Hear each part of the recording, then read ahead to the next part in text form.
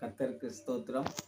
எனக்கு அன்பான சகோதர சகோதரிகளே, உங்கள் அனைவருக்கும் இந்த காலை தின வாழ்த்துக்களை தெரிவித்துக் கொள்கிறேன். இந்த நாளிலேயும் கூட சகரியா எழுதின புஸ்தகம் 9ஆம் அதிகாரம் 12ஆம் வசனம் இப்படியாக சொல்கிறது, நம்பிக்கையுடைய சிறகுகளே அரணுக்கு திரும்புங்க, ரெட்டிப்பான நன்மையை இன்னைக்கு ஆண்டவர் தருவேன்னு சொல்கிறார். ஆமாங்க, நம்முடைய வாழ்க்கையில் ஒருவேளை அநேக நேரங்களில் நம்ம ஜெபித்த ஜெபத்துக்கு பதில் இல்லாமல் இருந்தாலும், ஒருவேளை தேவனுடைய சமூகத்துக்கு வர முடியாத ஒரு சூழ்நிலையில் இருந்தாலும், ஸோ இதுவரைக்கு நான் என்னுடைய எந்த ஒரு வழியும் இல்லை என்று நம்பிக்கையற்ற இருக்கிற என் அன்பு சகோதர சகோதரிகளே, உங்கள் அனைவருக்கும் ஆண்டவர் இந்த காலைவெளியில் சொல்கிறார், நம்பிக்கையோடு ஆண்டோடைய சமூகத்துக்கு நீங்கள் வாங்க. ஆண்டு சொல்கிறார், இன்றைக்கு நான் உங்களுக்கு ரெட்டிப்பான நன்மையை தருவேன் என்று சொல்கிறார். ஒரு பாடல் கூட சொல்கிறது, நம்பிக்கை உடைய சிறகுலே அரணுக்கு வாங்க, ரெட்டிப்பான நன்மையே இன்றைக்கே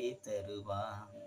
நம்பிக்கை உடைய சிறகுலே அரணுக்கு வாங்க, ரெட்டிப்பான நன்மையே இன்னைக்கே தருவா.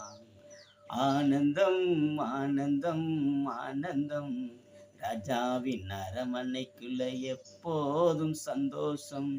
ஆனந்தம் ஆனந்தம் ஆனந்தம், இயேசு ராஜா அரமனைக்குள்ள எப்போதும் சந்தோஷம்.